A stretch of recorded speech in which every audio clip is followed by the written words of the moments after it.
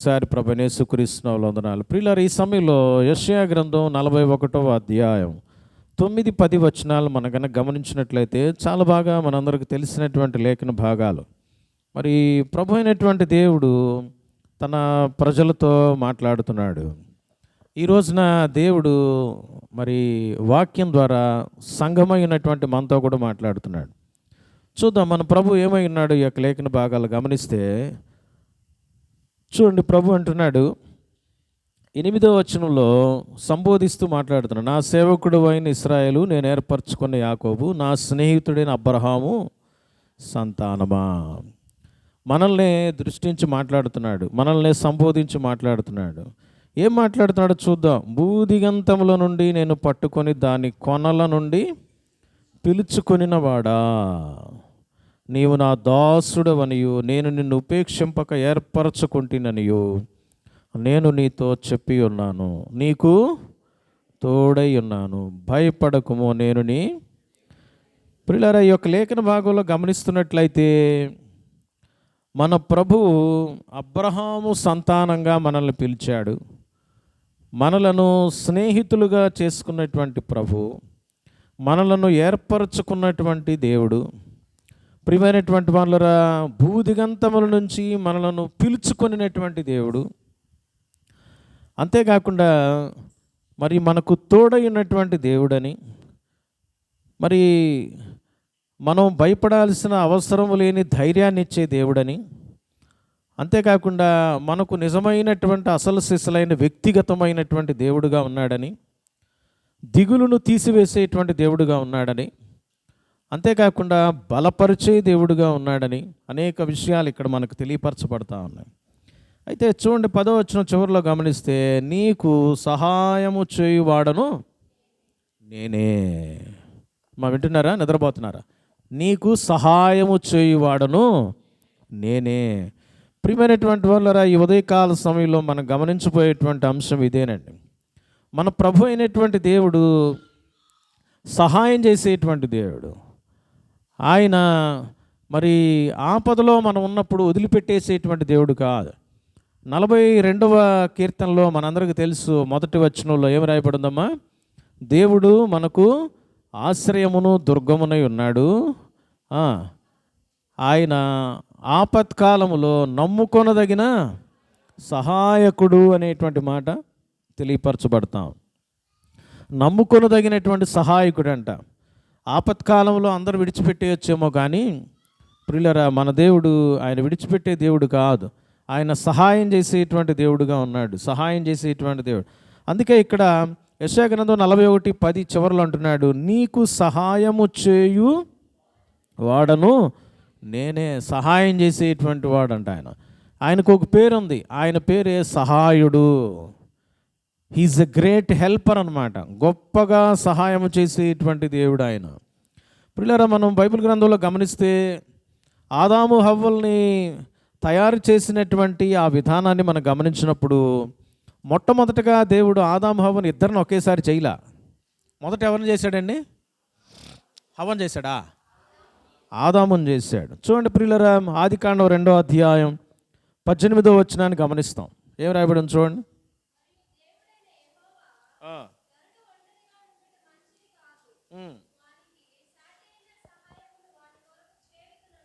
చూడండి ప్రియమైనటువంటి వాళ్ళరా, ఆదామును తన యొక్క స్వారూప్యంలో చేసిన తర్వాత ప్రభు ఆలోచన చేస్తున్నాడు, నరుడు ఒంటరిగా ఉండటం మంచిది కాదు, వీడు ఒక్కడిగా ఉంటే చాలదు. ఇతను ఒక్కడిని చేశాను, జంతువులు ఉన్నాయి, పక్షులు ఉన్నాయి, అన్నీ ఉన్నాయి, కానీ నరుడు మాత్రం ఒంటరిగానే ఉన్నాడు. అందుకని ప్రభువే తన తలంపు, తన ఆలోచనని వ్యక్తపరుస్తూ ఉన్నాడు. ఆయన ఏం ఆలోచన చేస్తున్నాడు చూడండి, ఇతనికి సాటి అయిన సహాయాన్ని చేయాలనుకుంటున్నాడు. ప్రియమైనటువంటి వాళ్ళరా, మరి నిజంగా నరునికి సాటి అయినటువంటి సహాయమైన భార్యను అనుగ్రహించినటువంటి దేవుడు, లేదా ఒక ఒంటరిగా ఉన్నటువంటి వ్యక్తిని ఒక కుటుంబ వ్యవస్థలోనికి నడిపించినటువంటి దేవుడుగా కనిపిస్తున్నాడు. ఒంటరిగా ఆ విధంగానే వదిలిపెట్టడానికి ఇష్టపడనటువంటి దేవుడు ఆయన. ప్రియులారా, ఆదాము విషయంలో హవ్వ కూడా తన యొక్క ప్రణాళికలో ఉన్నట్లుగా తెలియపరచబడతా ఉంది. కనుక సాటి అయినటువంటి సహాయం గురించి ఎవరూ ఆలోచన చేయలేరేమో, కానీ ప్రభు ఆలోచన చేస్తున్నాడు. కారణం ఏంటి అన్నట్లయితే ఆయన యొక్క గుణమే, ఆయన పేరే సహాయకుడు, సహాయం చేసేటువంటి వాడు. ఆయన నిజమైనటువంటి సహకారి మనకు. కనుక మరి నిజంగా ఆయన సహాయం చేసేవాడు కనుక మనకు ఏ సహాయం అవసరమో ఈ లోకంలో మరి నరుని కొరకై నారిని చేసినట్లుగా చూస్తున్నాం, పురుషుని కొరకై స్త్రీని ఏర్పాటు చేసినట్లుగా చూస్తూ ఉన్నాం. ప్రియమైనటువంటి వాళ్ళరా, ఎవరో ఏర్పరచబడినటువంటి వారు తమ్మును తాము మరి రిస్ట్రిక్ట్ చేసుకొని మాకు పెళ్ళొద్దు అదొద్దు ఇదొద్దు అని చెప్పేసి అనుకున్న వాళ్ళు తప్ప, చాలామంది జీవితాల్లో గమనించండి, వాళ్ళు వివాహమై భార్య కానీ భర్త కానీ వాళ్ళని విడిచినప్పుడు లేదా చనిపోయినప్పుడు ప్రియమైనటువంటి వాళ్ళరా, మరి ఆ ఒంటరిగా ఉన్నటువంటి నరుడు కానీ నారి కానీ వారు ఎక్కువ కాలం బ్రతికినటువంటి దాఖలాలు తక్కువ అండి. ఎందుకంటే ఆ బాండేజ్ ప్రభు ఏర్పాటు చేశాడు, ఆ బంధం అనేది ప్రభు ఏర్పాటు చేశాడు. నాకు తెలిసినటువంటి చాలామంది కూడా వారి యొక్క భార్యలు చనిపోయిన తర్వాత మరి కొన్ని దినాలకే, కొన్ని సంవత్సరాలకే వారు ఎంతో దిగులుతో, ఇబ్బందితో ప్రాణాలు విడిచారు. కారణం ఏదైనప్పటికీ కూడా మరి వారి జీవితాల్లో మనం దిగులను గమనించవచ్చు. ప్రియమైనటువంటి వాళ్ళరా, ఏమిటి అన్నట్లయితే నరుని కొరకై సాటి అయినటువంటి సహాయాన్ని చేసిన నిజమైన సహాయకుడు ఎవరండి? మన ప్రభు అయినటువంటి దేవుడు. నీ యొక్క అవసరత ఏంటో ఎరిగినటువంటి గొప్ప దేవుడుగా మనకు కనిపిస్తూ ఉన్నాడు. అంతేకాకుండా ప్రియమైన వాళ్ళరా, ఇశ్రాయేలు జనాంగం పాపం చేసి ప్రభువు నుంచి దూరమై 400 సంవత్సరాలు మరి ఐగుప్తీయుల యొక్క బానిసత్వంలో ఉన్నప్పుడు వారు ఎంతగానో బాధపడ్డారు. వారి పరిస్థితి ఎలా ఉన్నదో తెలుసండి. చూద్దాం. 107వ కీర్తన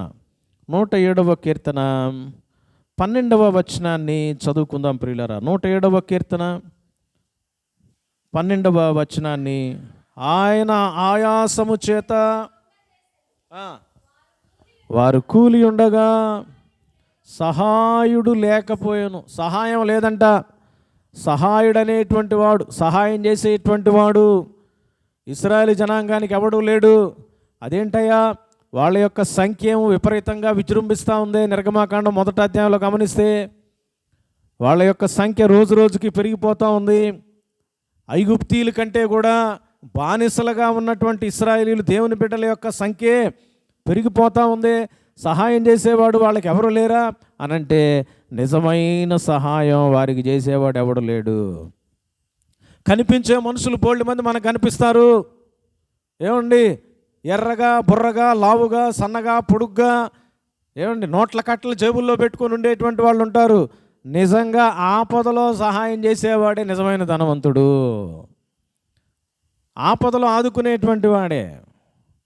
ప్రియమైనటువంటి వాళ్ళని గమనిస్తూ ఉన్నట్లయితే బైబిల్ గ్రంథంలో మనం గమనిస్తే మన దేవుడు ఎలాంటి వాడు అన్నట్లయితే సామెతల గ్రంథంలో కానీ సువార్తల్లో కానీ దేవుని గురించి చెప్పబడినటువంటి ఒక అద్భుతమైనటువంటి మాట, బేదలకు సువార్త ప్రకటించుడి, బేదలను కనుకరించువాడు యెహోవాకు అప్పిచ్చువాడు.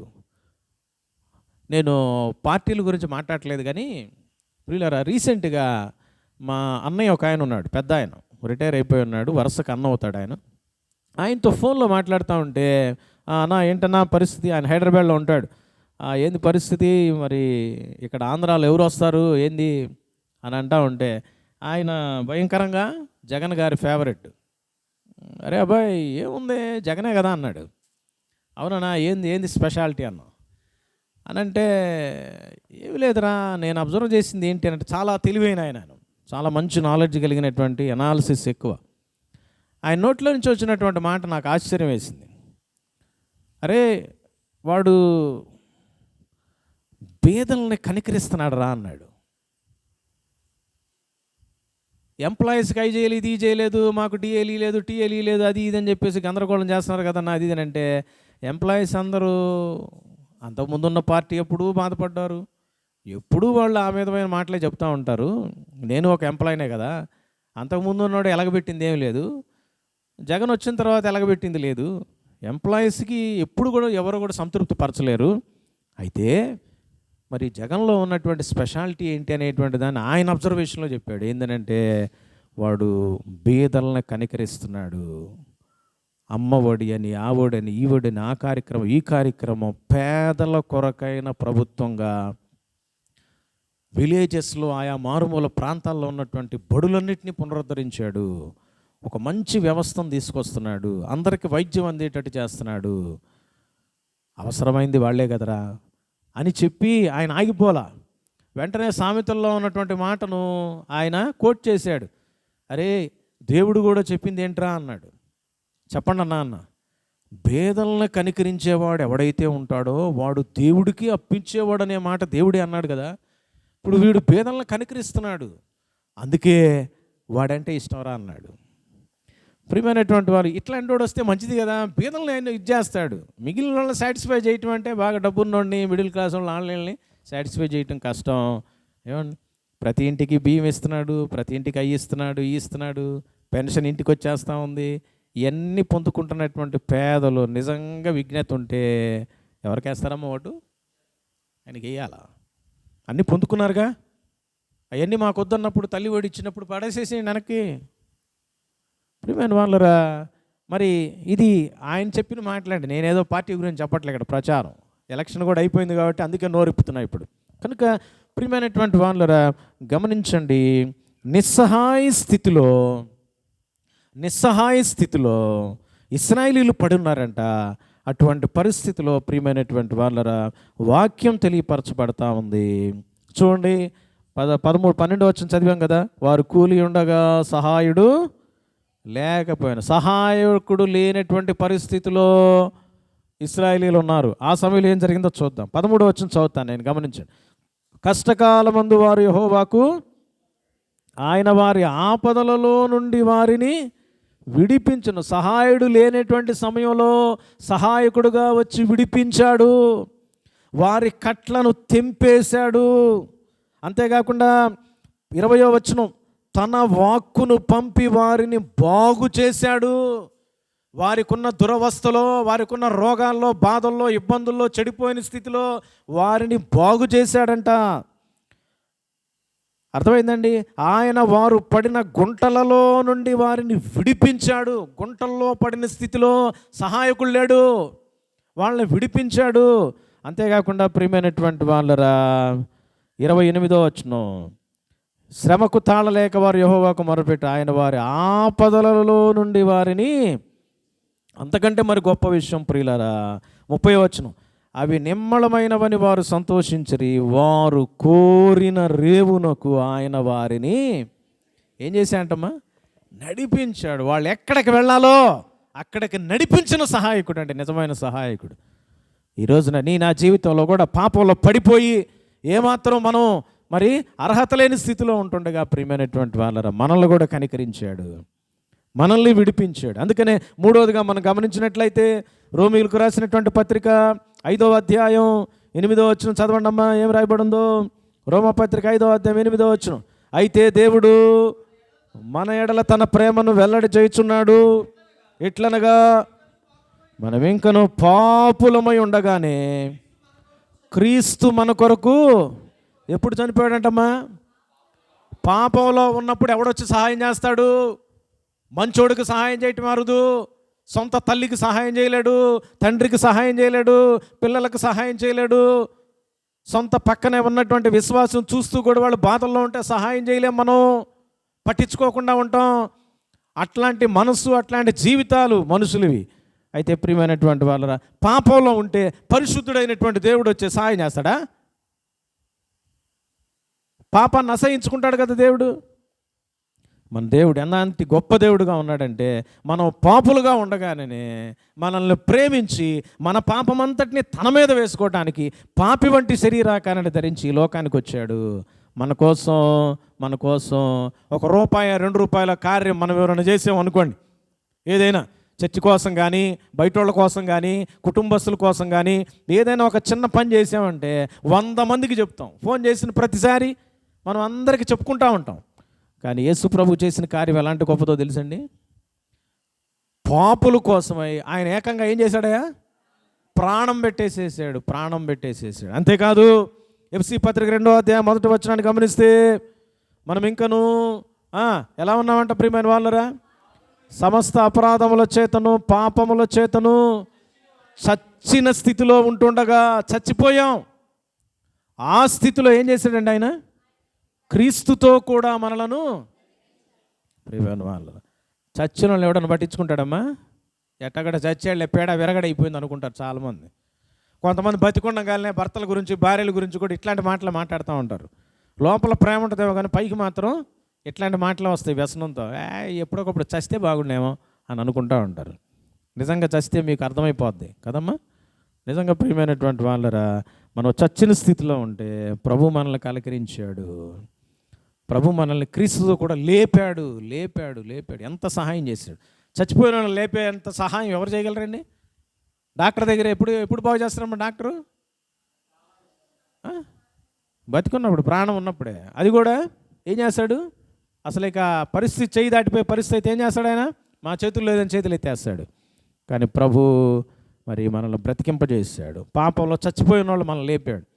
నరకానికి వెళ్ళాల్సినటువంటి ప్రతి ఒక్కరిని కూడా పరలోకానికి వెళ్ళేటట్టు చేస్తున్నాడు. ఏంటంటే యోహాను సువార్త 5వ అధ్యాయం 24వ వచనంలో తెలియపరచబడతా ఉంది. ఆయన ఎంత ప్రేమ కలిగి ఉన్నాడంటే, మరి ఆయన ఏంది ఎవరైతే విశ్వాసం ఉంటారో, నేను పంపిన వాని ఏంది విశ్వాసం ఉంచు ప్రతివాడు ఏం చేస్తాడంట? మరణములో నుండి జీవములోనికి దాటుతున్నాడంట. దాటింపజేస్తున్నాడు యేసు ప్రభు వారు.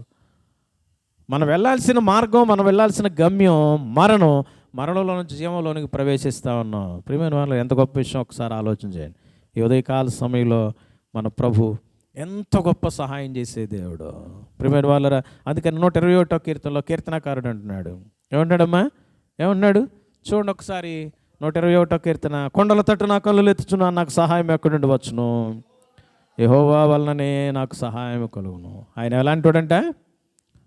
సహాయం చేసేటువంటి దేవుడు. ఎలాంటోడంట? భూమి ఆకాశములను సృజించినవాడు. కొండలు, బండలు, డబ్బు, మనుషులు, కారులు, మేడలు, మిద్దెలు మనం చూస్తున్నామేమో, వీటన్నిటినీ తయారు చేసినటువంటి, అసలు ఈ భూమి అనే గ్రహాన్ని తయారు చేసినటువంటి వాడు, సూర్యుడిని తయారు చేసినటువంటి వాడు, సూర్య చంద్ర నక్షత్రాదులను తయారు చేసినటువంటి వాడు నా దేవుడు అనే మాట తెలియపరుస్తూ ఉన్నాడు. ఆయన కునుకొడు, నిద్రపోడంట. సమస్త రాకపోకల్లో మనకి సహాయం చేసేవాడంట, తోడుగా ఉంటాడంట. ఎంత గొప్ప సహకారం ఒకసారి ఆలోచన చేయండి ప్రియులారా.